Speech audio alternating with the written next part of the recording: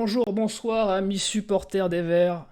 Bienvenue en ce lundi 23 août 2021 pour le Saint-Étienne Night Club qui va donc faire suite au très beau match, certains diront au très pauvre, certains autres diront Saint-Étienne-Lille. Ce soir, j'espère que vous êtes chaud dans le chat, surtout avec Karl qui sera avec nous dans le chat pour relayer vos infos. Est-ce que ça va bien, Karl? Bonsoir Kevin, bonsoir au chat. Bah écoutez, ça va bien. Retour au stade pour moi samedi soir. Que rêver de mieux? Et j'espère que vous allez être chaud dans le stade, enfin dans le chat du coup également, pour soutenir le prince guinéen Seydou Sow. Tu fais partie des chanceux qui ont pu aller au stade ce week-end, du coup. Et donc tu viens pour faire la propagande de Seydou Sow ce soir, c'est ça? Oui, et pour parler de la calvasse de Tommy. D'accord, eh bien c'est un sujet qu'on abordera peut-être. Je sais pas si on arrivera à le placer dans le programme, mais ça me semble être un sujet important à aborder. J'ai la chance aussi et l'honneur d'être avec Alex de Peuple Vert. Comment tu vas? Salut Kéké. Bah écoute, ça va bien, ça va bien. Je suis en forme, les vacances se terminent. J'ai pour l'instant vu des matchs de nos Verts pas hyper inquiétants, sans être trop rassurants, donc ça va. Tu as passé un bon week-end malgré tout.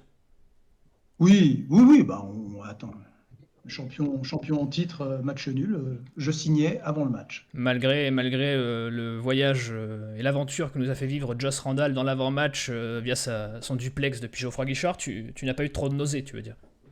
Ah mais à tout bonheur, il faut ces petites gouttes de malheur. Ça, c'en était une. Ouais, c'est vrai, c'est vrai, c'est vrai. On a aussi Sylvain de Green Prospect avec nous. Et les gars, Comment tu vas, Sylvain? bon, ça va pas mal, ça va pas mal. Je partage l'avis de Alex, un bon nul face au champion en titre. Bon, je sais pas, mais en tout cas, un bon point de prix. Eh ben écoute, oui, c'est vrai. Après tout, comme dirait Micheline de la Conta dans les chroniques de Joss, ça fait toujours un point en moins à prendre à la fin. Exactement. Et notre invité ce soir, on a la chance d'avoir Vincent Davas. Comment vas-tu? Ça va bien à Lille, hein, je vous remercie. Ouais, vous allez entendre par son accent très caractéristique du Nord-Pas-de-Calais que cette personne est bienvenue pour nous parler du prochain rendez-vous dont on abordera tout à l'heure. Vincent, explique-nous qu'est-ce que tu fais toi dans la vie et qu'est-ce que tu fais? Alors, je fais beaucoup de choses tous les jours. Je traite des datas que je récupère sur Instat pour essayer de trouver des joueurs intéressants qui sortent un peu des radars et de les proposer à droite et à gauche.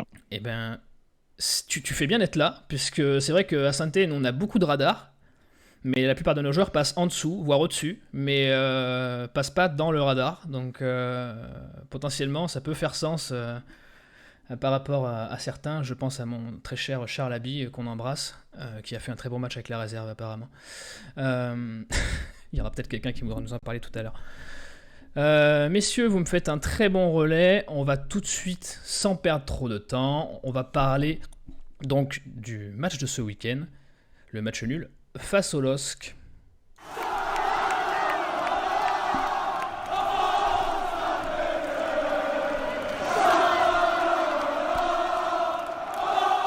Oui. Oui, donc tu vois tout de suite, les gens ont la même pensée que moi. Il y a Manu63 dans le chat qui nous dit est-ce que tu pourrais aller voir Buzine, s'il te plaît, pour lui conseiller quelques pépites. Mais le problème, je pense que c'est pas que les radars ne marchent pas chez nous, c'est la trésorerie derrière qui est en panne.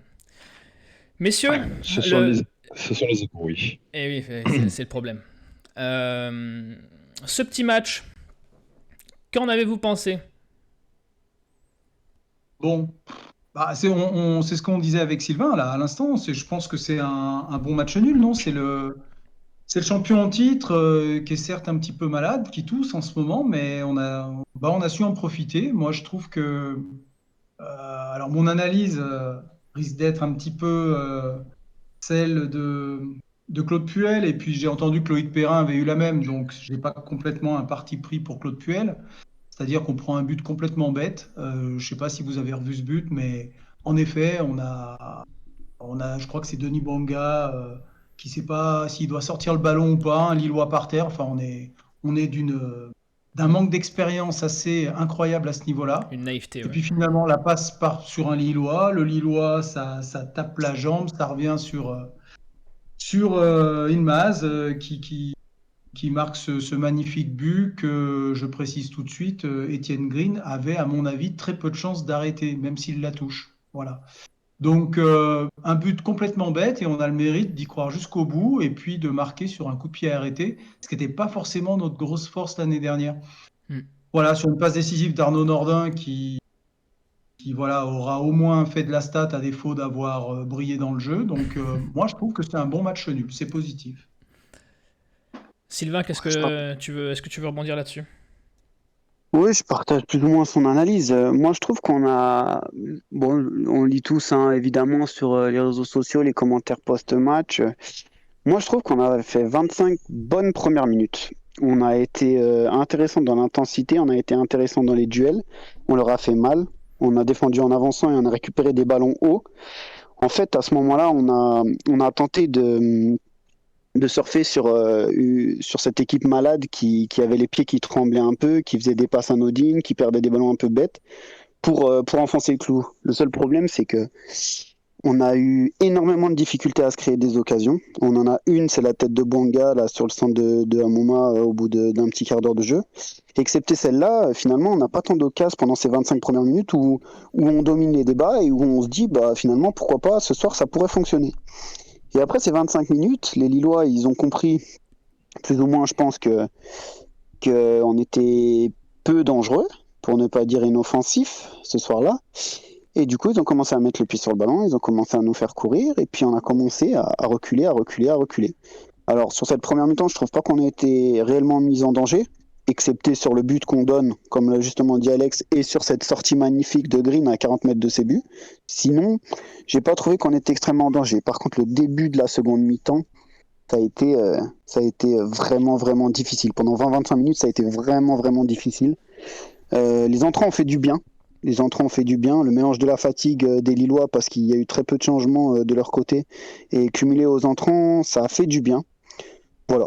L'égalisation est la bienvenue, on la prend tous. Ça fait un point de moins à prendre sur les 42 qui nous restent, qu'il faudra prendre pour se maintenir, et ce sera ce qu'on retiendra. Après, si on parle purement en mathématiques, ça fait certes 3 points de prime, mais ça fait 3 sur 9. La moyenne n'y est pas. Peut-être. 3 sur 9 en ayant joué Lens et Lille aussi, C'est qui sont ça. pour moi des équipes du top 10. Hein. Ce qu'on peut dire, c'est que Largement. que ce soit Lens ou Lorient la dernière Ah, fois, Lens en plus. Hein. c'est que les deux équipes derrière, après nous avoir joué, ont fait des grosses perfs. Donc est-ce que finalement on n'a peut-être pas joué des équipes qui étaient peut-être des équipes surprises cette année ou qui vont avoir un petit coup de bourre et potentiellement c'est peut-être pas des si mauvais résultats, même si sur un point de vue comptable il en manque un peu quoi. Est-ce qu'on vise la moyenne? Mais moi je suis un peu de votre avis si vous voulez. Je suis d'accord pour dire que c'est 3 bons résultats face à 3 bonnes équipes de Ligue 1 sur le début de saison. Et là-dessus, Vincent viendra peut-être nous appuyer tout à l'heure sur des chiffres, ce qu'il a pensé des 3 derniers adversaires. Mais moi, je pense quand même qu'il faut quand même regarder la compta même d'un œil pour se rendre compte que même si c'est des bonnes équipes, on a quand même des regrets sur ces matchs-là où on aurait pu faire mieux et que ça fait quand même qu'à la fin 3 sur 9. Alors je vais jouer un peu le rabat-joie de service potentiellement, mais est-ce qu'il faut qu'on se pose cette question aussi quoi. Mieux contre Lille, je sais pas. Contre Lens, le scénario peut nous faire croire qu'on méritait mieux, oui, parce qu'on a les occasions pour tuer le match. Après, si on prend du recul et qu'on analyse le match dans sa globalité, le match nul est également mérité, à mon avis. Hein.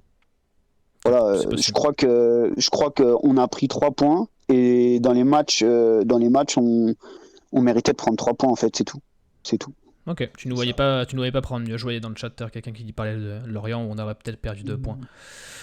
C'est peut-être pas plus mal, tu sais, on n'a pas un classement en trompe-l'œil du coup. Oui. On a un classement qui correspond vraiment à nos perfs. On n'a pas le classement de l'an dernier à la même époque, quoi. C'est ça que tu veux dire. Exactement, parce que si on bat Lorient, ce qui est possible, si on balance ce qui est possible, on se retrouve avec 7 points. Je pense que les gens parlent d'Europa League, quoi. Donc là, on n'a pas de. Ouais, On est à 3 points, c'est notre place face à ces équipes-là. En revanche, ça veut dire aussi que si on n'est pas capable de faire du point bonus face à ces équipes, ça veut dire qu'il ne faudra pas se rater face aux équipes contre c'est qui ça. il faudra prendre des points. Et si on pense à Clermont, il faut déjà se détromper, hein. Quand Ça va être on, dur contre Clermont-Ferrand Quand on pour voit, Saint-Étienne. quand on voit notre capacité à faire le jeu, c'est peut-être là qu'il va falloir se pencher plus tard. Vincent, qu'est-ce que tu penses, toi, je sais que le match, t'as pas pu le voir dans sa globalité, mais qu'est-ce que tu penses du début de saison par rapport aux équipes qu'on a jouées? Est-ce que tu as des lumières à nous apporter là-dessus? Euh, de par les chiffres que moi je peux voir actuellement sous les yeux, j'aurais tendance à dire que 3 points, il en manquerait 2 contre Lorient, parce que je pense que c'est un adversaire qu'il aurait fallu et dû battre. Hmm, Accrocher un point à Lens et contre Lille à domicile, je ne sais pas si toutes les autres équipes le feront. c'est certain. Ça, c'est la grande question. Donc pour moi, il manque juste 2 points contre Lorient. Mais après, c'est compliqué. C'est compliqué. Ça va être un championnat très serré, à mon avis.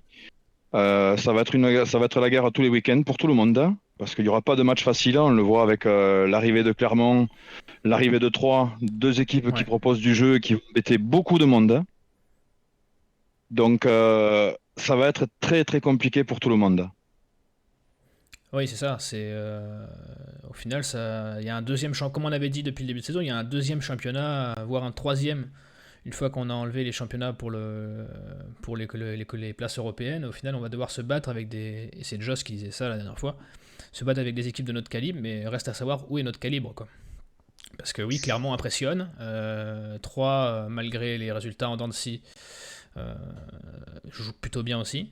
Euh, Moi, je pense qu'au-delà du calibre et de quantifier dans quel championnat on se situe, en fait, je pense qu'il faut analyser par rapport au profil des équipes. hmm, Clermont est une très belle équipe. On est entièrement d'accord là-dessus. Par contre, je suis convaincu que c'est le genre d'équipe à qui on peut faire très mal. Pourquoi? oui, Parce que c'est une équipe joueuse et parce que là où nous, on peut être performant, c'est dans la transition. bien sûr. C'est si on arrive à récupérer les ballons hauts et à leur faire mal. Comme on a fait à Lens, C'est ouais. pour ça que, voilà. Et d'ailleurs, bon, voilà, on en rediscutera au fur et à mesure de la semaine. Mais je pense que Marseille est une équipe à qui on peut faire du mal aussi. Ils peuvent nous faire beaucoup de mal, hein, qu'on soit bien d'accord. Mais je pense que c'est une équipe à qui on peut faire beaucoup de mal aussi dans ce jeu propuel où on tente de récupérer le ballon haut et on fait mal tout de suite à la récupération du ballon avec une équipe un peu déséquilibrée. Maintenant, au-delà de savoir dans quel championnat on appartiendra et quels sont les objectifs, parce que j'ai pas mal lu qu'on n'avait pas d'objectifs, que c'était honteux, etc. Il faut prendre les matchs les uns après les autres. Et je pense qu'on pourra faire un premier bilan d'ici 10-12 matchs quand on aura joué la majorité des équipes de Ligue 1 et qu'on pourra un peu plus se positionner. J'ai l'impression que le chat est d'accord avec Sylvain, Karl. Qu'est-ce qui se dit? Ouais, beaucoup de gens d'accord avec Sylvain et puis avec Vincent également. J'ai Pascal Chon 1 qui dit on s'en sort pas si mal. Il y a Marat Codon qui dit vu la tête, c'est un bon point. Et puis sinon, il y a FLV 1102 qui dit dans l'ensemble, je trouve que c'est un bon match. L'entrée d'Aouchiche fait un très grand bien, c'est totalement l'inverse de celle de Nordin. Il y en a qui font remarquer que Nordin a quand même été passeur décisif. Et puis sinon, il y a une analyse qui résume assez bien le match. C'est David Football Club qui a été notre invité il n'y a pas longtemps, qui C'est dit vrai. ce n'est qu'un début, invaincu depuis 3 matchs, il y en aura des plus compliqués mais aussi des plus simples. Micheline de la Conta va voir son compteur point sauter. Et pour finir sur une note sarcastique, il y a IP Sheriff qui dit il suffira que Kazri renvoie une bouteille vers les South Winners et les 3 points seront pour nous, non? C'est vrai, on en parlera sûrement un petit peu tout à l'heure parce que c'était le sujet qui a animé cette fin de week-end, même si c'est pas trop notre cœur de métier, mais on sait comment gagner nos matchs à Geoffroy Guichard. Bon, ça fera encore plus de huis clos, mais bon, nous on a l'habitude. Donc pourquoi pas? C'est une stratégie Pour rebondir, et pour rebondir sur ça d'ailleurs, je pense, et c'est un avis purement personnel, je serais ravi d'échanger avec les autres, mais je pense que le même genre de match l'année dernière, en version Covid sans supporters, on ne revient pas à un ce week-end. Après, ça n'engage que moi. Ouais, je pense T'as raison. je pense que je suis assez d'accord là-dessus aussi. Je pense que tout le monde est plutôt d'accord qu'on est une équipe qui aura tendance à s'arracher les tripes avec le public, et ça a toujours été, et heureusement, ça sera toujours. Bonjour à Carton Rouge TV. Bonjour. qu'on salue avec cette très belle émission. Messieurs, on va enchaîner tout de suite. Les tops et les flops, les points positifs et négatifs de ce match, qu'est-ce que vous en avez ressorti de tout ça? Écoute, point positif, moi je dirais que c'est un groupe qui n'a jamais baissé les bras, un groupe qui est solidaire, un groupe qui a des ressources mentales. Et pour des jeunes, c'est pas rien. Et en tête desquels, Étienne Green, qui commence à prendre une importance. Alors je l'avais trouvé moins bien sur peut-être les matchs amicaux, et puis même peut-être contre Lorient, il me semble. Enfin, je l'avais trouvé un peu moins bien. Je trouve qu'il est en train de prendre une autre dimension là, qui s'affirme, qui a un charisme C'est vraiment vrai. qui se dégage de ce joueur qui, a priori, a décidé de défendre les couleurs de l'Angleterre et pas de la France. C'est ce qui est tombé aujourd'hui Première chez erreur. West Ham. Première erreur de sa Donc, carrière, peut-être. voilà, voilà, mais quoi qu'il en soit, en tête desquels vraiment, c'est Étienne Green. En tout cas, on a des jeunes qui tiennent la baraque et le public ne les impressionne pas et ils n'ont pas les genoux qui claquent à Geoffroy Guichard. Ce qui est plutôt pas mal parce que Geoffroy Guichard, ça peut vous pousser, ça peut aussi vous liquéfier, hein. Si vous n'êtes pas prêt à ce bruit-là et à Et des supporters, ben, on se connaît, hein, nous les supporters, hein. Il y a un moment donné, on supporte, mais il faut aller de l'avant, il faut qu'il y ait de l'engagement. Et je pense que comme à Marseille, d'ailleurs, on est un public extrêmement exigeant avec notre équipe. Donc ça peut mettre une forme de pression oui, aussi c'est ça. aux Et jeunes. puis il n'y a pas si longtemps que ça, on l'a vu avec Lens contre nous, où ils sont trop enflammés sur le coup d'envoi, ils sont trop enflammés après sur l'égalisation. C'est toujours comme ça. C'est des publics, soit tu supportes la pression, soit tu la subis, et ça peut jouer en ta défaveur, c'est clair. Le chat, n'hésitez pas à donner votre avis sur les tops, les flops, vos avis positifs et négatifs sur ce match. Il y a Karl qui est là pour tout relever et il fait ça d'une main de maître. Je n'en doute pas. Sylvain, qu'est-ce que tu ressors toi de ce match en négatif et en positif? Alors, en négatif, comme ça, on finirait toujours par une note positive, vous commencez à me Faut. connaître.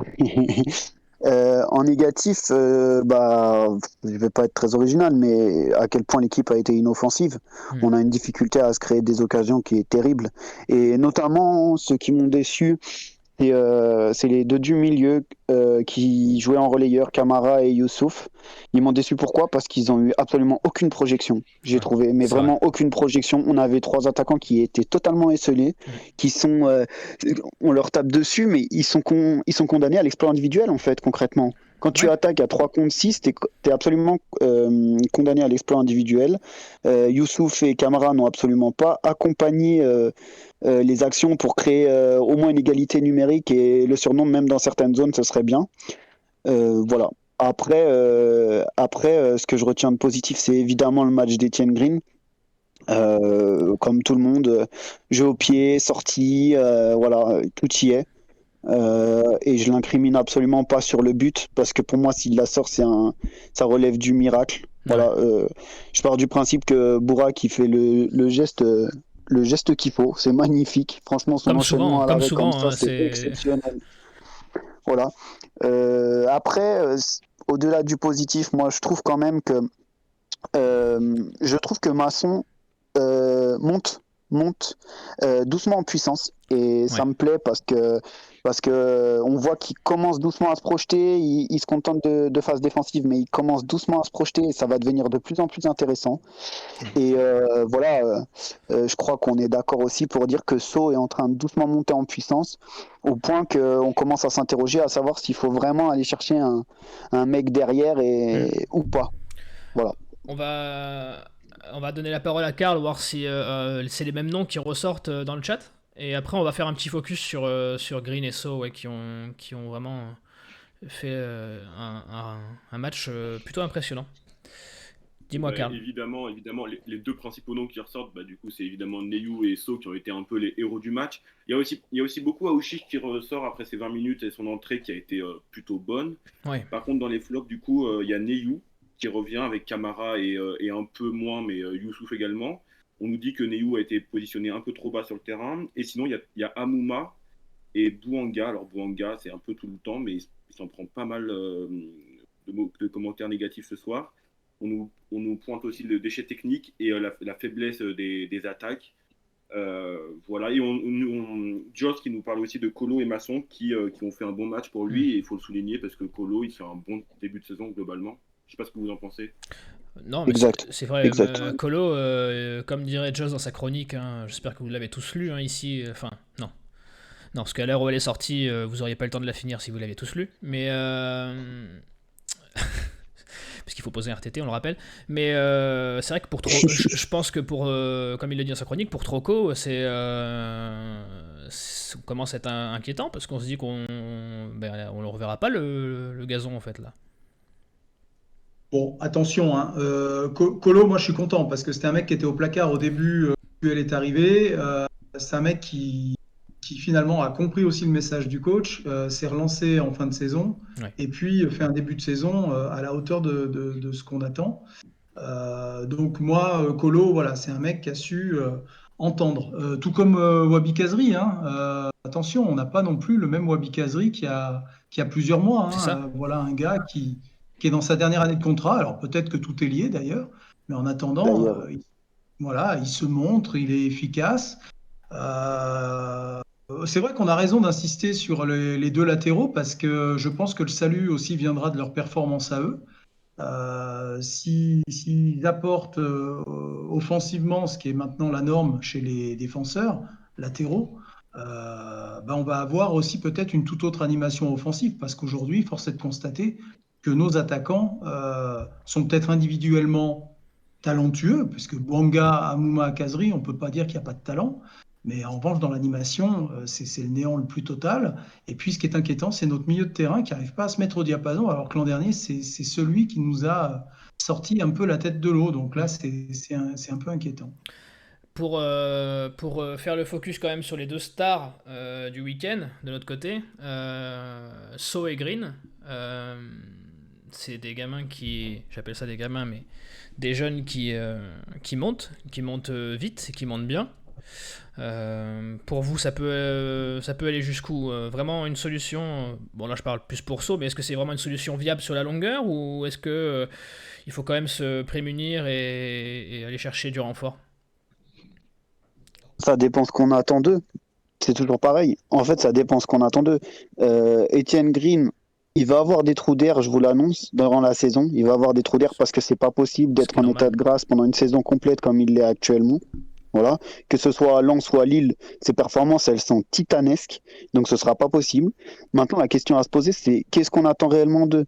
Est-ce qu'on attend que ce soit des leaders tous les week-ends comme les Green depuis 2 matchs? Quand j'entends leader, ça veut dire ils font des matchs exceptionnels.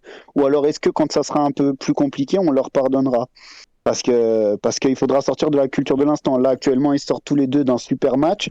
Toute la semaine, on va les encenser. Et puis, ça se trouve, sur le premier ballon, So, il rate le ballon ce week-end. Payet pique par-dessus Green qui a glissé. Et puis, on dit, oh non, mais ils sont trop nuls. On joue qu'avec des jeunes, on n'a pas d'expérience. Aussi, il faudra sortir de ça aussi. C'est sûr. Ouais, non, mais Vincent, ça- est-ce va- que voilà, j'allais demander à Vincent. est-ce que Vincent, est-ce qu'il t'as a- un avis sur ces deux petites pépites et ces deux petites surprises depuis quelques mois? Green, je l'ai vu plusieurs fois. Il va falloir faire preuve de patience et le laisser faire des erreurs. Il en fera et c'est tout à fait normal. Mais il a énormément de potentiel. Il a il a un jeu au pied perfectible, selon moi. Mm. Les chiffres parlent. Mais à cet âge-là, il y a peu de gardiens qui sont imperfectibles finalement. Donc, il faut lui laisser du temps. Il faut lui faire confiance. Il avancera avec ça, avec ses erreurs. Et ça donnera quelque chose. Et pareil pour So.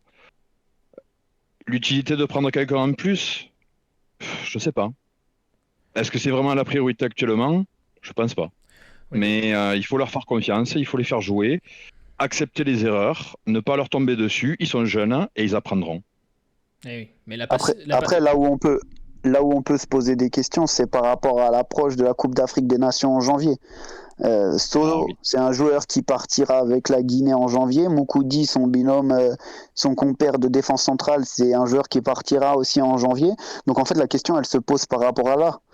Est-ce qu'on prend Oui. un mec dès maintenant pour anticiper leur départ, qu'il ait 6 mois pour se mettre un peu dans le, comment dire, dans le moule du projet, si projet il y a de Monsieur Puel.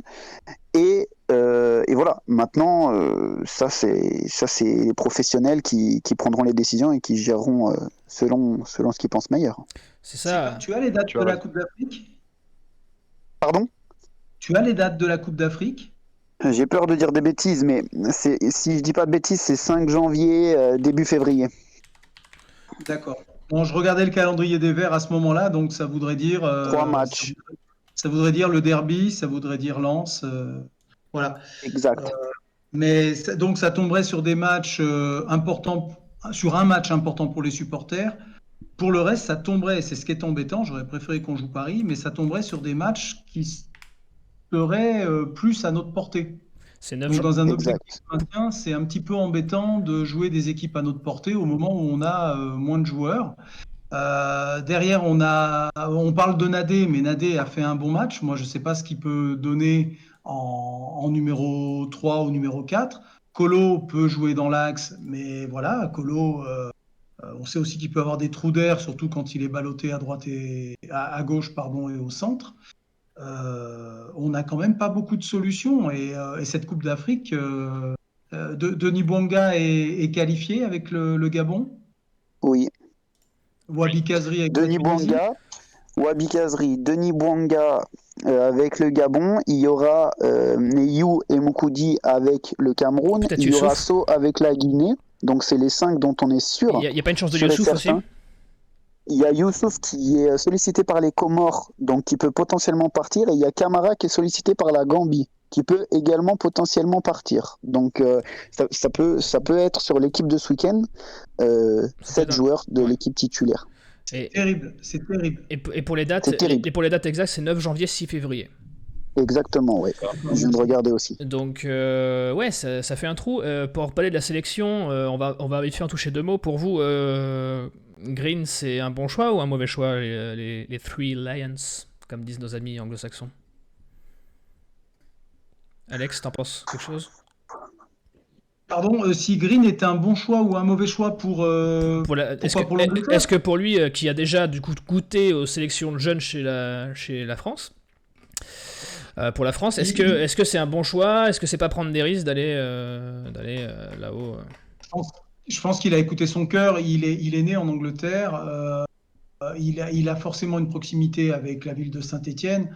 Maintenant, je pense qu'il y a le côté paternel là qui est ressorti. Il a Complètement. une histoire avec l'Angleterre et il sait peut-être aussi qu'en Angleterre, on peut offrir davantage de place pour un gardien de but qu'en France. Oui, et puis je pense qu'il a été apparemment, de ce qu'il dit dans son communiqué, contacté directement par la Fédé là-bas.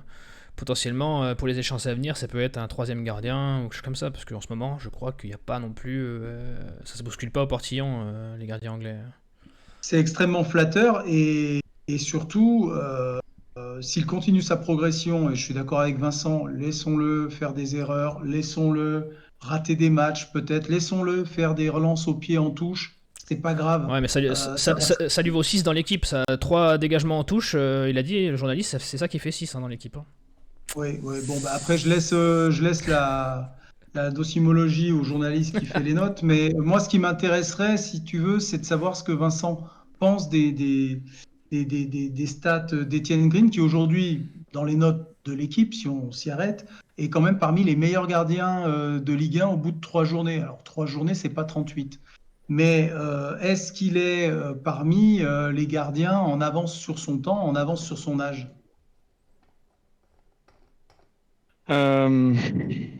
Ouais, moi je trouve qu'il est quand même en avance, hein. Sur les 5 championnats européens, j'ai pas les chiffres exacts, mais quelles équipes font réellement confiance à des gardiens si jeunes? Il n'y en a pas tant que ça finalement. Non, c'est vrai. Il a que 21 ans, il sort d'une bonne saison, prometteuse. Ouais, moi je trouve ça intéressant, je trouve ça bien. Ouais, moi je trouve intéressant. J'ai envie de le voir aller plus loin et qu'il continue comme ça. Et Et sur l'ensemble d'une saison, ce sera intéressant de voir un petit peu comment il se comporte, avec l'assurance de jouer, tout le travail qui va y avoir fait, qui sera fait à l'entraînement sur les petits points qu'il y a à gommer. Ouais, moi je suis positif sur lui et si en plus il choisit la sélection par le cœur, c'est quand même quelqu'un de sensé. Ouais. Contrairement à beaucoup d'autres qui font le choix de la sélection où ils vont pouvoir jouer. Exact. Donc il y a quand même une réflexion intéressante et ouais, c'est plaisant, je trouve, il est rafraîchissant et il faut qu'il continue comme ça. Moi, je mets quelques points sur lui et j'ai envie de voir encore ce qu'il peut donner. C'est ça. Non, puis au-delà de ça, je trouve que c'est un footballeur qui est un peu contre nature de ce qu'on a l'habitude de voir. Il est tranquille, il fait pas de bruit, il est pas bling bling, il est simple, il a l'air d'être très posé. Franchement, c'est vraiment agréable d'avoir des joueurs comme ça, moi je trouve. C'est notre gendre idéal après C'est Loïc ça, Perrin, c'est ça. le gendre idéal. Voilà, on a Exactement. le gendre idéal suivant là qui arrive. C'est sûr qu'on est loin de Lopez à Lyon, hein, qui cherche à mettre son coude dans le dos de tous les attaquants ou ses genoux. Là, on est sur quelqu'un qui est un petit peu plus politiquement correct, mais bon, c'est très british, ça lui va bien. Et oui, non, mais c'est ça. Mais ok, bon, de toute façon, Green ne fait que convaincre au fur et à mesure des sorties qu'il fait. Donc, moi, le premier, et j'espère que tous ceux qui ont qui ont mis un peu en question sa titularisation en fin d'année dernière commencent à se raviser.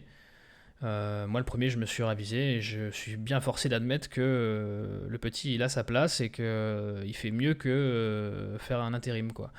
Donc, félicitations à lui. Pour vite fait arrêter une dernière fois sur ce match, tu as parlé de Masson. Est-ce que pour vous, on a déjà retrouvé une grosse partie de ce qui avait fait son atout en début de saison dernière, ou est-ce que le meilleur est encore à venir? Sylvain? Je pense que Masson, ça va être un peu les montagnes russes cette saison, comme souvent pour des joueurs qui reviennent de blessures. Une chose est sûre, c'est que moi, c'est peut-être de l'enflammade, hein, mais moi, je fais partie de ceux qui pensaient qu'il n'aurait pas été loin du groupe France s'il avait fait une saison complète la saison dernière pour l'Euro. Je suis d'accord aussi. Parce qu'à mon avis, il a toutes les caractéristiques du latéral droit moderne et il y a une place à prendre en équipe de France dans ce poste de latéral droit moderne, de latéral droit, pardon. Donc voilà. Après, je crois beaucoup en lui et je pense que d'ailleurs on a un mercato avec 0 recrue, mais lui c'est une de nos recrues parce qu'on n'a pas pu compter sur lui l'année prochaine et il faudra faire preuve de patience, mais on aura du très positif. Ok. Karl, qu'est-ce qu'en pense le chat de Masson? On nous dit, il y en a qui sont d'accord avec Sylvain en disant que Masson était proche du groupe France. Il y a Musicoudi qui dit encore 3 mois avant son retour au niveau a priori. Il y a Tommy qui dit en difficulté défensivement. Et puis c'est un peu moi aussi ce que j'ai vu du stade avec un Amouma qui venait quand même le seconder sur ses replis défensifs. Il faut que tu défendes Amouma parce que c'est vrai que... Non, mais Tommy a vu la même chose que moi. Il a dit merci à Amouma qui l'a bien aidé sur ce match. Il y a Joss Randall qui dit Masson, j'aime bien. Donc merci pour cet avis détaillé, Joss, encore une fois. Et il y a Joss Randall qui continue et qui dit j'étais sceptique sur son retour en forme après croisé, mais il fait partie de la petite partie qui reviennent. Voilà. Contrairement à Youssouf, il voulait dire. Ouais, Youssouf qui est passé complètement à côté de son match, à mon avis, ce week-end. Mais bon. Enfin, il paraît bankable puisque le Napoli lorgne sur lui. Donc, je pense que lui aussi, au niveau des... J'avais juste une petite question pour Vincent, mais Dis-moi. s'il peut répondre Vas-y. rapidement. Est-ce que, Vincent, tu vois dans cet effectif, toi qui suis peut-être moins la Saint-Étienne, mais un joueur dont tu imaginais qu'il avait vraiment une grosse influence dans l'équipe, mais en fait, les chiffres montrent tout le contraire, ou inversement, un joueur qui te paraissait lambda et qui, en revanche, propose des chiffres tout à fait intéressants? Alors, une déception, je pense que le nom de Bouanga revient régulièrement, il me semble. Mhm. Il n'a plus l'influence qu'il avait la saison dernière. Je ne sais pas pour quelle raison. Pourtant, l'équipe est la même, l'entraîneur est le même et le schéma est identique. Donc, il s'est passé quelque chose qui fait qu'il est en dessous de ce qu'il pourrait faire. Et à l'inverse, il y a des gens qui se révèlent, comme Neyou. Mais bon, il se révèle, on le savait déjà la saison dernière, mais il continue un petit peu dans cette dynamique, j'ai l'impression. Donc, ouais, c'est les deux noms qui me reviennent. Je vois les chiffres d'Amouma sur ce match de Lille. Quand tu gagnes que 17% de duels, c'est léger. C'est un peu faible, je trouve. Mm. Kazri a été un peu moins bien sur ce match aussi, mais bon, que sur ce match, il semblerait. Donc, je pense que ça manquerait un peu d'émulation et de concurrence dans ce groupe, hein. Oui, ça c'est. La transition est parfaite puisqu'on va parler, on va enchaîner tout de suite avec le coup de grisou de Sylvain qui va nous parler, alors un sujet qui va vous déchirer dans le chat, le mercato, le générique.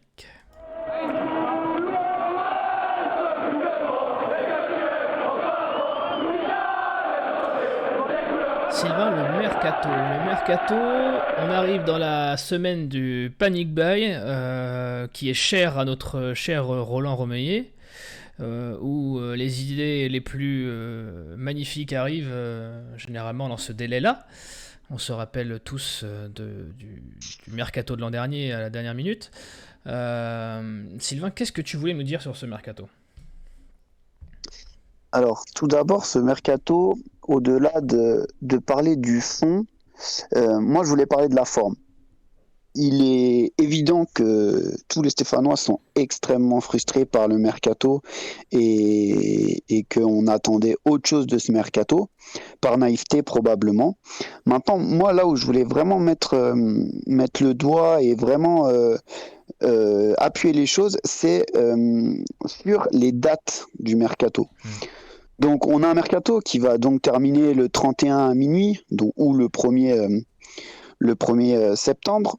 On a, je pense pas prendre trop de risques en disant, la majorité des transferts de ces 3 mois qui vont se passer dans cette dernière semaine qui arrive.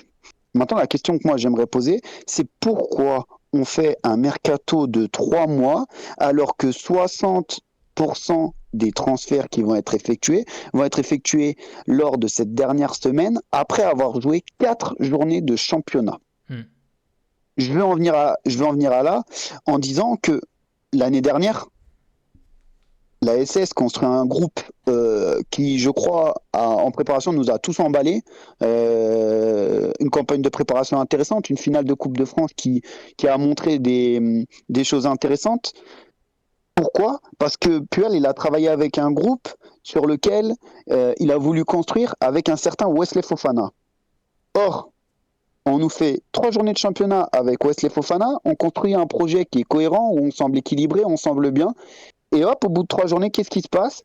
Il y a les riches anglais qui débarquent, ils nous enlèvent Fofana, à juste titre, et du coup, qu'est-ce qui se passe ? On peut péter tout un projet. Moi, je ne comprends pas ces dates de mercato. Je trouve ça insupportable. Le mercato devrait se terminer avant le début du championnat, que les équipes soient fixées et qu'au moins on puisse vraiment travailler avec des joueurs qu'on est sûr d'avoir à 100% dès le début du championnat. Là, il y a des joueurs, ils sont là, à moitié là. Bon, ça nous concerne moyennement à la SS, mais je vois dans certains, je pense par exemple à Nîmes, Ferrat, il est membre de l'équipe, il joue pas parce que monsieur il attend de savoir s'il va avoir une offre ou pas, mais c'est totalement démentiel. On paye un mec 1 mois et le mec il joue pas parce qu'il attend de savoir s'il va partir, pas partir. Franchement, c'est n'importe quoi. Montpellier, ils vont perdre de l'or. Ils ont un effectif qui est taillé avec leurs 2 pointes qui sont formidables, de l'or et la banque. Si ça se trouve, après le mercato, ils ont plus ni l'un ni l'autre. Et ils auront fait 4 journées avec ces mecs-là. Delors, ça semble fait d'ailleurs, selon l'équipe aujourd'hui, qui annonçait qu'il partait à Nice. Donc les supporters montpelliérains vont être ravis de perdre leur attaquant. Et la Borde aussi, tu dis ? Et la Borde, c'est pas loin. Il y a West Ham qui est dessus et ils sont en train de proposer le prix que demande Nicolin. Donc tu vas voir que lui aussi va partir. De toute façon, ça fait 1 an qu'il veut partir. Lui, il veut partir. Son agent veut le faire partir. Il a une bonne sortie. Et si le prix est là, il partira. Et ouais. Bon. Sylvain, est-ce que tu avais quelque chose à rajouter dans ton explication ? Non, mais voilà, tout ça pour dire, juste pour conclure l'idée générale, c'est que on prend l'exemple de Montpellier par exemple, à 1 semaine de la fin du mercato, ils se retrouvent amputés de leurs 2 meilleurs joueurs quasiment. Ouais. Si j'inclus Savanier dans leurs meilleurs joueurs, mais en fait ils perdent deux pièces maîtresses de leurs 11, Et voilà, alors qu'ils ont fait 3 journées de championnat. Or, si on avait fait ça avant le début de saison, ils ont le temps de davantage s'organiser et d'éviter de faire des achats totalement compulsifs à la Anthony Modeste, comme on a pu le faire nous au mercato hivernal. Très bon souvenir. Alex, est-ce que tu es d'accord avec tout ce qui vient d'être dit ou est-ce que tu as quelque chose à rajouter? Non, mais je suis d'accord parce que sportivement, en effet, ça fausse les choses. Alors après, il faut savoir aussi qu'on est incapable d'harmoniser les calendriers de mercato en Europe. C'est-à-dire que si nous, on décide de s'arrêter le 15 août, l'Allemagne, l'Italie, l'Espagne, le Portugal et d'autres encore qui continuent au-delà du 31 août vont continuer à pouvoir faire leur mercato et peut-être comment dégarnir des effectifs français. Du coup, on laisse l'opportunité d'acheter en France très tard parce que les autres à l'extérieur ont l'opportunité de venir chercher des joueurs chez nous très tard aussi. Donc, soit on harmonise, on part du principe qu'à telle date, c'est terminé partout, au moins en Europe, au moins en Europe, on harmonise les dates, soit tant qu'il y en a un qui finira, les grands championnats termineront le 31 août ou le 15 septembre, on terminera le 31 août ou le 15 septembre. En fait, je pense que le problème, il est là. Et tu penses, je suis d'accord avec toi sur le fait d'harmoniser, pour moi c'est la solution idéale, mais tu penses pas qu'aujourd'hui si on fait le choix, on reprend, je dis n'importe quoi, le 10 août le championnat, on fait le choix à partir du 10 août que notre mercato est fermé, il est fermé à la fois sur le plan des arrivées, sur le plan des départs. Et si les clubs veulent se positionner, d'ailleurs, ils se positionnent avant le 10 août. Après ça, c'est hors délai, et c'est tout. Ça peut être une Et solution. quand bien même c'est pas harmonisé, au moins les clubs peuvent se construire et, et faire quelque chose de cohérent et pas se faire dépouiller à 2 jours de la fin du mercato sur des joueurs qui sont clés.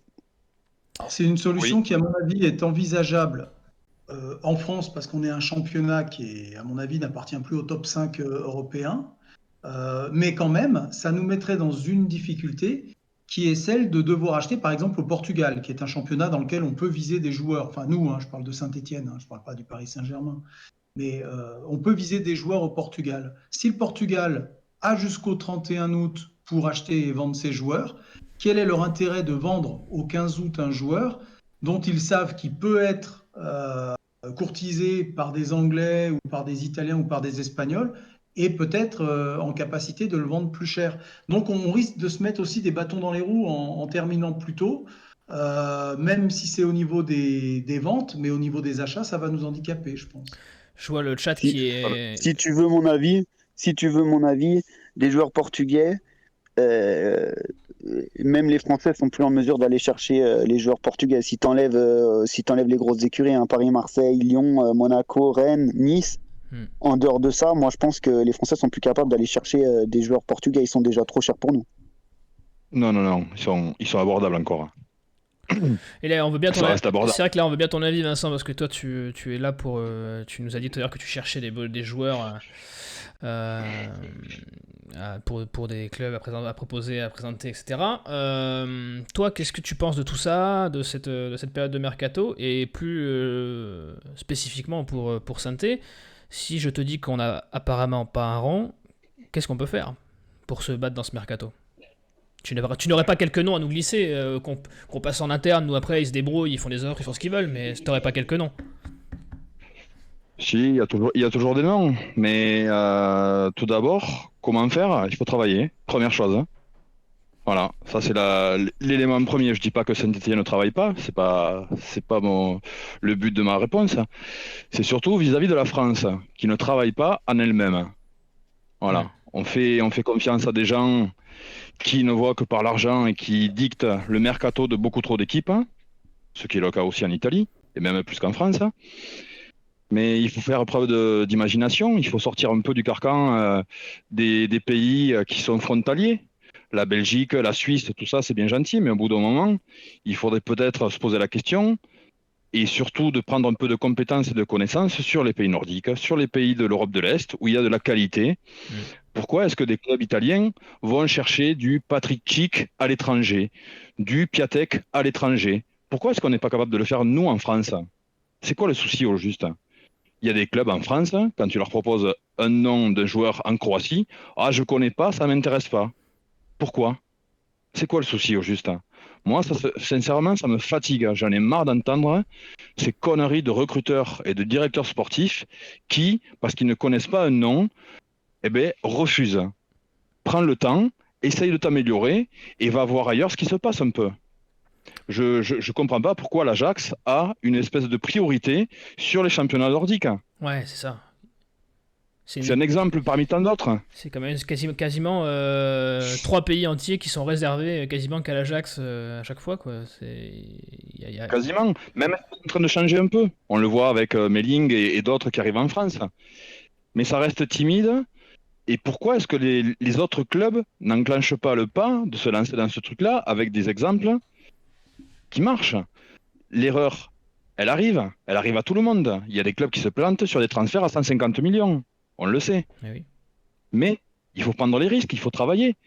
Quand tu entends un club qui dit on n'a pas de cellule de recrutement, on appelle les copains, moi j'ai envie de crever, quoi. Ouais. J'ai envie de crever. Je me dis, mais pourquoi? Quel est l'intérêt? Ton club ne tourne pas. Prends des risques alors. Tu investis des millions sur des gens qui ne t'apportent rien. Tu vas investir un peu moins, tu prends un risque. Hein. Mais au moins, tu auras travaillé et tu auras dit, oui, j'ai fait quelque chose dans ce sens. Oui, c'est ça, parce qu'au final, qu'est-ce que tu as à perdre, on va dire, sur des transferts à 150, 200, 500 000 pour des clubs de Ligue 1? Ouais. Je suis pas sûr que tu aies grand-chose à perdre, quoi. On s'est un Ben peu ouais. essayé à ça hein, avec la filière lituanienne, hein, avec l'autre filière du Cap-Vert aussi. On s'est un peu essayé à ça. Alors le Cap-Vert, ça a réussi aux autres finalement, parce que les joueurs sont passés par Saint-Étienne, Mais ont exploser ailleurs. été post-formés ou je ne sais pas comment il faut dire. En tout cas, ils sont partis ailleurs, notamment à Nancy. Euh, les Lituaniens, on avait Virksas.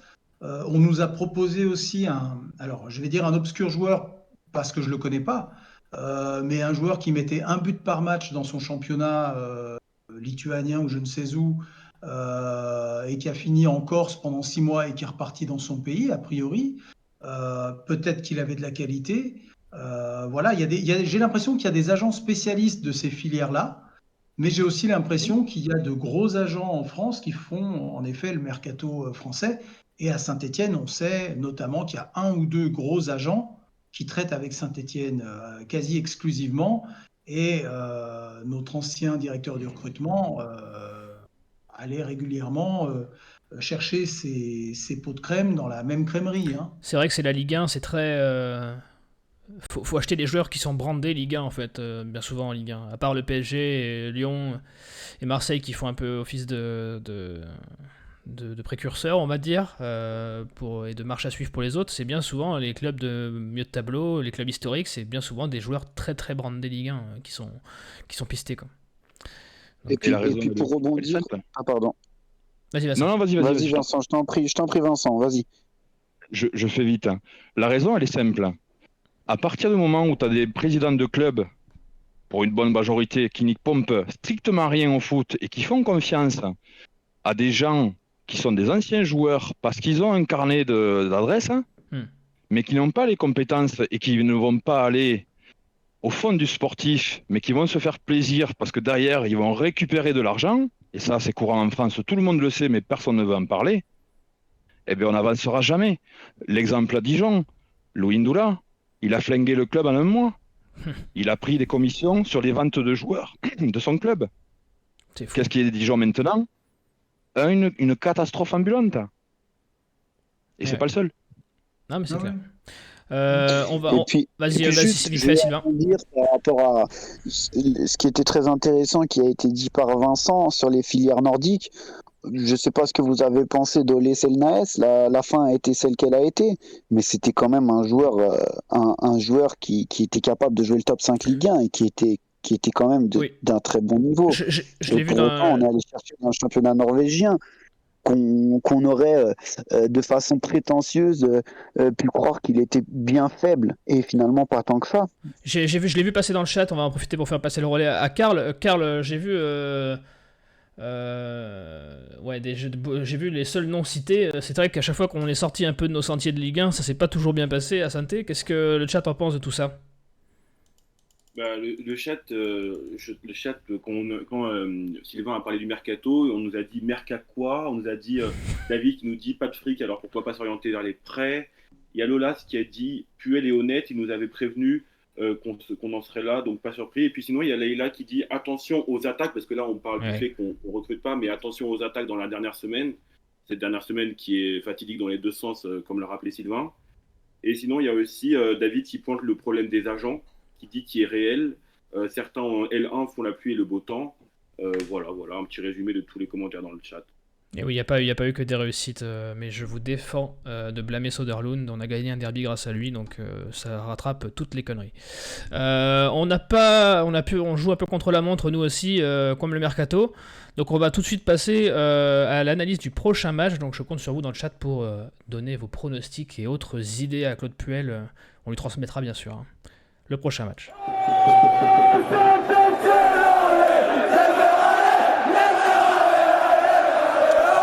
Messieurs, ce prochain match, Marseille-Saint-Etienne. Alors là, Vincent, tu es encore mieux placé, puisque comme on l'a entendu à ton accent, tu es du cru, si je puis dire.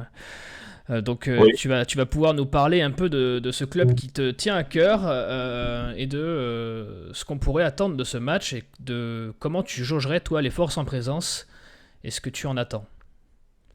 Donc de ce match de tant attendu Marseille-Les Verts. Oui, parce qu'on a, nous, on a un bon souvenir du dernier match, hein. Les photos passent à l'écran, ça s'était bien passé la dernière fois. Oui.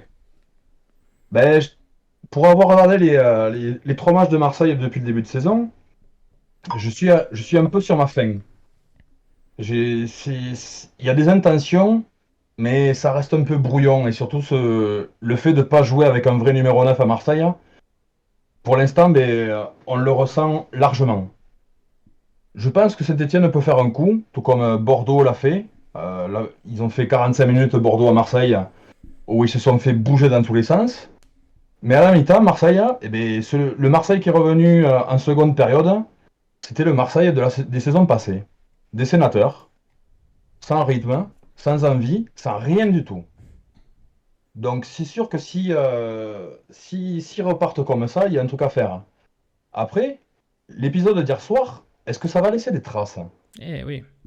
Quel impact ça peut avoir sur l'aspect psychologique des joueurs sur un match que tu vas faire après à domicile? Je n'en sais rien, mais ça peut influer, je pense. Donc les cartes sont un peu rebattues. Je sais pas si Balerdi revient, non, il est suspendu 2 matchs, il me semble.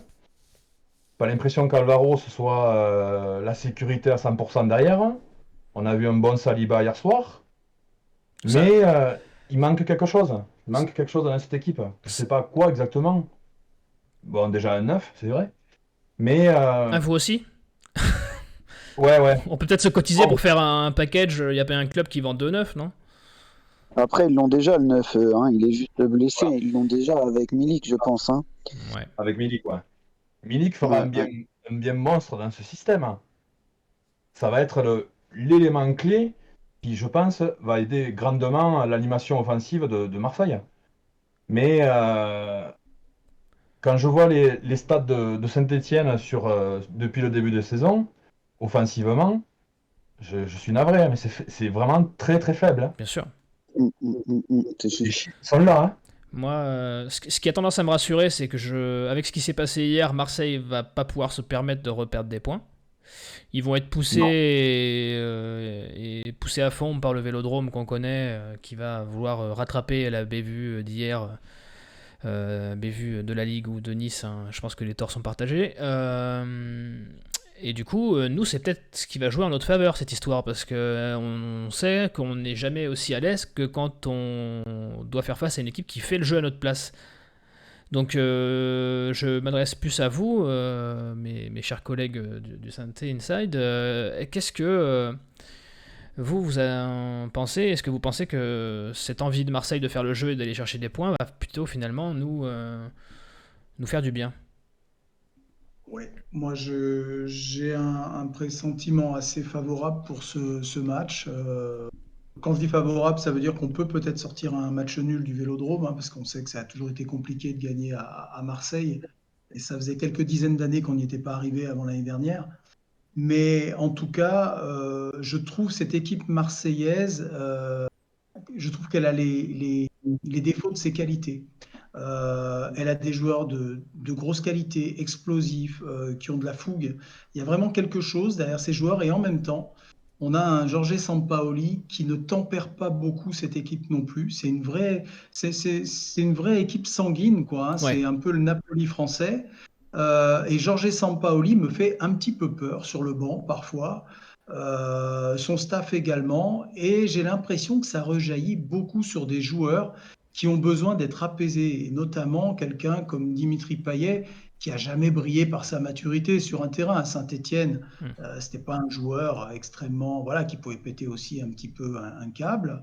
Y a que Mandanda que je vois mature dans ce groupe, qui a un vécu. Il y a des jeunes. De La Fuente m'a fait une super impression en match amical contre Saint-Étienne. Ouais. Fort, Mais très fort. il y a vraiment des joueurs à canaliser. Je ne suis pas sûr que l'environnement marseillais en ce moment, le staff marseillais en ce moment en tout cas, soit de nature à apporter ce qu'il faut à cette équipe en ce moment. Vous nous verriez jouer plutôt du coup dans un schéma et dans une composition qui serait similaire à ce qu'on a vu à Lens, peut-être? Oui. Sylvain? Moi, je pense que oui. Tout d'abord, je pense que, comme je l'ai dit plus précédemment, la clé, ça va être la transition. Ça va être notre animation défensive. Il va falloir être solide parce que offensivement, c'est une machine de guerre. Par contre, derrière, je pense qu'il y a vraiment de la place, notamment sur le fait qu'ils défendent à 3 réellement. Voilà. La clé, c'est la transition. Si on arrive à récupérer des ballons assez haut et à se projeter rapidement, on peut leur faire très mal. Après, si on a du mal si on court après le ballon, quand on récupère le ballon, on est à 15 mètres de nos buts et qu'on prend les pressings qu'ils vont nous mettre, ça va être très très compliqué. Voilà. Moi, je pense que on va très vite savoir quel match on va avoir droit, notamment par rapport à la réaction de ce qui s'est passé hier à l'Alliance Rivera. Voilà. On est capable d'aller faire un résultat là-bas, oui, mais on est capable d'en prendre une aussi parce qu'à mon avis, cette équipe de Marseille est la plus imprévisible des équipes de Ligue 1. Karl, est-ce que C'est le premier le... match de Saint-Étienne version grande jeunesse avec public dans le stade Vélodrome. Parce qu'il me semble pas. Ah, il y avait peut-être du public l'année dernière à cette époque-là. Non, non, non. Non, il n'y Non. avait pas de public. Non, non, c'était déjà Donc vide. voilà, la pression du Vélodrome, c'est quand même une sacrée pression. Quand Saliba a dit qu'il avait un peu peur d'entrer sur le terrain, certes, il veut flatter les supporters marseillais, la première fois où il est venu avec Saint-Étienne, mais il y avait un peu de vérité. C'est impressionnant le Vélodrome quand même, hein. Bah oui. Donc, comment vont réagir nos joueurs dans cet environnement-là? C'est plus fort que Lens et c'est plus fort que le Parc des Princes en termes de pression, hein. Karl, le chat est-il optimiste comme à son habitude ou est-ce qu'on est aussi, nous, refroidis et peureux à l'idée de rentrer au Vélodrome? Je vous cache pas que dans le chat, on est un peu, on redoute un peu l'effervescence à Marseille après les événements d'hier. Beaucoup redoutent l'ambiance et une équipe survoltée du côté de Marseille. Là, il y a Leïla qui du coup dit le résultat de Marseille dépendra du contre-coup d'hier. Il y a Lolas qui dit mon prono 3 lancers de bouteille à 1 et qui pronostique également une défense à 3. Il y a Joss qui dit je retenterai bien Aouchiche et seulement 2 récupérateurs relayeurs à choisir entre Gourna, Youssouf, Camara et Neyou.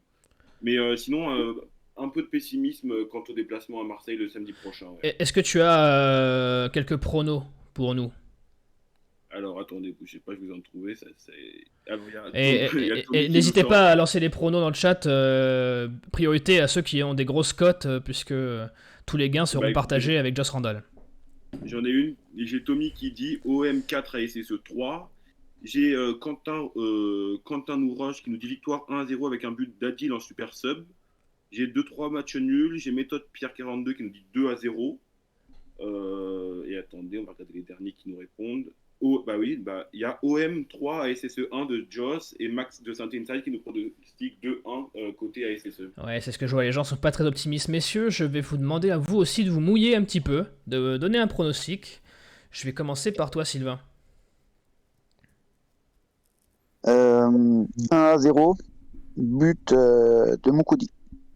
tu veux le voir marquer. Enfin, je sais plus si c'était toi ou un autre de tes collègues de Green Post, mais à chaque fois qu'on vous a sur l'émission, qu'il y a un but, c'est pour Mokoudi. Ah, c'est une armoire à glace quand même. Moi, je pars du principe que sur coup de pied arrêté, on devrait être dangereux sur chaque corner. Ah, On bah, devrait s'organiser autour de Moukoudi, Nadé s'il vient à jouer, voire Seydousso. Et on serait dangereux à chaque. Une combinaison pour eux, on serait dangereux à chaque coup de pied arrêté. Mais après, ça n'engage que moi. on va passer à Vincent, parce que j'aimerais bien qu'on finisse par un pronostic qui serait peut-être favorable à Saint-Etienne. Vincent, j'ai la bizarre impression que le pronostic que tu vas me donner ne sera pas en faveur de Saint-Etienne. Détrompe-toi. Je ne Oh. serais pas étonné qu'on sorte avec un match nul. Eh bien, je crois, et je pense que le chat sera d'accord avec moi, qu'un match nul, je signe tout de suite. Je sais pas vous les gars, Alex, t'en penses quoi? Bah, écoute, moi je suis aussi sur un match nul, jamais 304. Ça peut ressembler à un match comme à Lens, c'est-à-dire où on peut être à la limite de boire le bouillon une partie du match, mais en même temps, on est aussi capable de poser quelques banderilles. Et un 2-2 serait pas mal. Bouanga est en réussite à Marseille, donc on va dire un but pour Bouanga. Oh. Et puis, j'ai bien envie en effet de mettre ou soit Moukoudi, soit So sur corner, parce que vraiment, je suis d'accord avec Sylvain, on a quelque chose à faire valoir sur les coups de pied arrêtés, ou les coups francs, ou les corners. Et de la tête, on a quand même été souvent dangereux. Ou Colo qui est bon aussi de la tête. Voilà. C'est vrai. Donc 2-2 pour moi. C'est un score qui doit avoir une sacrée cote sur tous les sites de paris sportifs. Vincent, je te laisse un dernier mot sur ce match si tu as quelque chose à nous dire. Sinon, on va tranquillement rendre l'antenne. Sur ce match, je sais pas. Juste une précision sur mon rôle et ce que j'ai pu faire. J'ai quand même pris la peine de contacter Saint-Etienne pour essayer soit d'intégrer la cellule de recrutement, soit de proposer des joueurs. Et ils n'ont pas voulu de toi. C'est bien dommage. C'est bien dommage. Encore fallait-il me répondre. Ah, oui. Mais après, est-ce que tu as essayé par mail ou par fax? Parce que Roro, lui, il est encore en fax. Hein.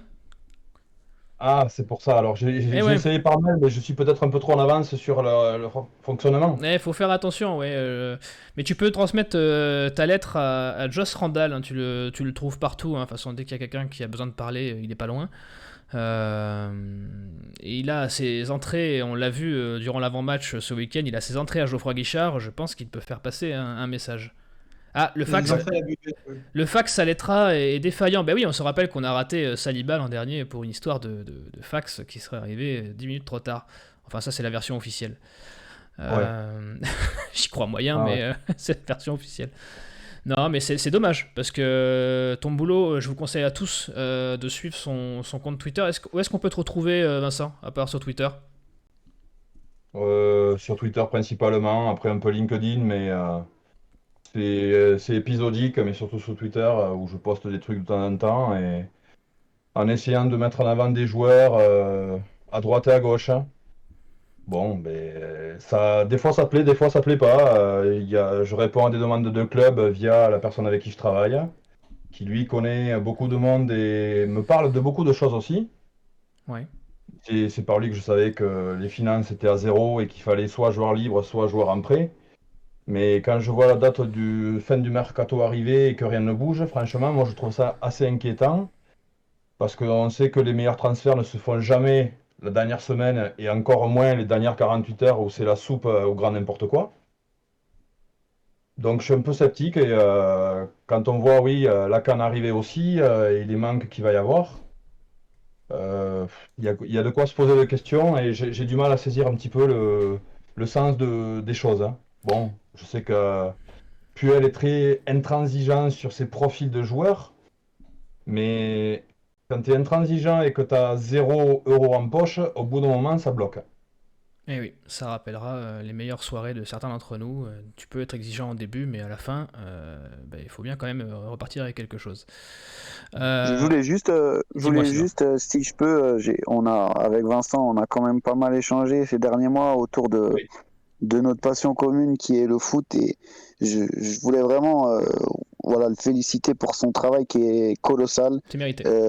Ça a été très enrichissant et c'est très enrichissant de discuter avec lui parce qu'il a un œil différent par le biais de de sa méthode qu'il a créée et qui développe de jour en jour. Voilà, j'espère sincèrement qu'un club va lui donner sa chance et qu'il trouvera de quoi vraiment vivre pleinement de sa passion parce que son travail il est incroyable. Donc ouais, je vous invite tous à le suivre sur Twitter si vous voulez vous instruire footballistiquement. Et en plus, c'est une personne top qui est hyper accessible, qui se prend pas la tête, donc c'est vraiment chouette. Voilà. Ouais, Je vais lui dire à l'antenne parce qu'on échange régulièrement au téléphone, mais rarement de vive voix. On aurait adoré que ça soit chez nous, puisque ton travail est comme le dit Sylvain, admirable. Ça nous aurait bien aidé dans cette période morose pour les supporters stéphanois. Donc, écoute, ce sera peut-être que partie remise quand tu auras fait exploser quelques joueurs et que tu auras des bons contacts. J'espère que. On verra dans la semaine. Hein. J'espère. Vu qu'il va se passer certaines choses, on verra s'il y a des retombées positives par rapport à l'article, le gros reportage qui est fait sur le site de l'équipe. Eh oui. Eh oui, il arrive quelque chose sur Santé, là, sur l'équipe apparemment. J'ai vu ça sur les réseaux. Soyez... Non, il y a eu un article sur la data et le recrutement avec une première partie sur les étrangers, mais une seconde partie sur les Français qui va être abordée dans la semaine, je pense, et je serai dedans. Eh bien, écoute, c'est un bon coup de projecteur qui est mérité. Ouais, on verra. Est-ce qu'on peut, question subsidiaire, et après je sais que... Oui, après on est pris par le temps. Kevin, oui. Est-ce qu'on peut recruter avec Football Manager? Ah, Non. c'est vrai ça. Est-ce que c'est un bon outil pour tous les gens qui sont férus de ça? Ouais, si on veut, mais après, Ça t'as reste- besoin d'avoir des trucs mis à jour constamment toutes les semaines. Ça reste de la théorie, bien sûr, parce que c'est arrêté au 31 août de chaque année, donc Voilà. les choses Ça aide, bougent. mais il faudrait remettre le jeu à jour toutes les semaines, ce qui est totalement impossible. Mais ça donne des idées et ils sont très bons dans ce qu'ils font. C'est quand même très réaliste. Eh bien, je compte sur tous les gens qui auraient des entrées à Sainté pour aller installer ça sur tous les Minitel de l'ETRA. Il faut qu'ils y penchent un petit peu, je pense. Je vais envoyer ça si vous voulez aussi. Hein. Ouais, il doit y avoir même un vieux jeu, même peu importe, mais ok, juste quelqu'un, on veut juste quelqu'un, on n'est pas embêtant. Il me reste à vous remercier, messieurs, d'avoir été avec nous. J'espère que ça s'est bien passé pour toi, Vincent, et on espère qu'on te reverra, parce Avec que plaisir. c'était très intéressant et très pertinent. Je pense que le chat a apprécié.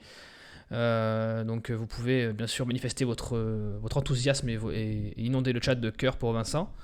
Messieurs, Alex, Sylvain et Karl, je vous remercie comme à votre habitude pour votre très bonne compagnie.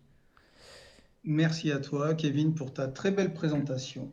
Et puis, Merci à vous. Merci à Vincent d'être venu avec nous. C'était super intéressant et enrichissant. Ouais, vraiment. Plaisir partagé, sincèrement. et oui, et après, donc là, je vais commencer en antenne, puisque après, je vais me faire fâcher parce qu'on fait du rab et puis les heures sup ne sont pas payées, donc les heures normales non plus, mais c'est pas grave. Donc j'embrasse le chat. Je vous embrasse tous. Je vous souhaite tous une très très bonne semaine. On se retrouve sur l'avant-match dès ce week-end, donc comme d'habitude. Et puis sinon, pour ceux qui sont habitués du SNC, on se retrouve lundi prochain. Je vous embrasse tous et allez les verts, comme d'habitude. Salut, bonne soirée, allez les Verts. Merci à tout le monde.